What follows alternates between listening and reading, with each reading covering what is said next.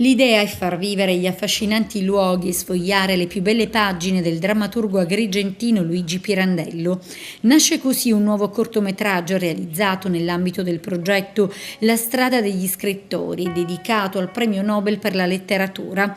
Sulle immagini della miniera di Tacciacaci, del giardino della Colimbetra, della Valle dei Templi, del caos e del teatro che porta il suo nome, la voce di Umberto Cantone, accompagnata da musiche originali di Pietro Palazzo, conduce tra le pagine di uno dei più famosi romanzi del premio Nobel, Uno, Nessuno e Centomila, un cortometraggio già pubblicato su YouTube.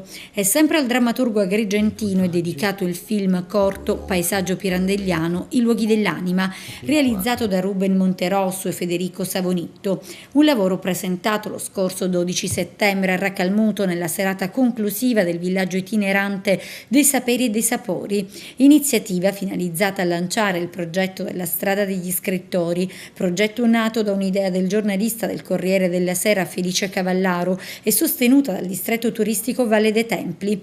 E dalla strada alla ferrovia degli scrittori il filo conduttore è lo stesso, gli autori siciliani. La Fondazione Ferrovie dello Stato, in collaborazione con Ferrovie Caos, hanno in programma per il prossimo 9 novembre un evento ferroviario unico nel suo genere in Sicilia.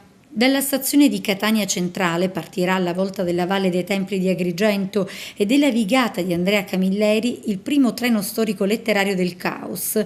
Il treno, che percorrerà l'antica ferrovia degli scrittori, realizzato utilizzando locomotive e carrozze d'epoca, permetterà ai viaggiatori di vivere un vero e proprio viaggio nel tempo, attraversando l'entroterra siciliano.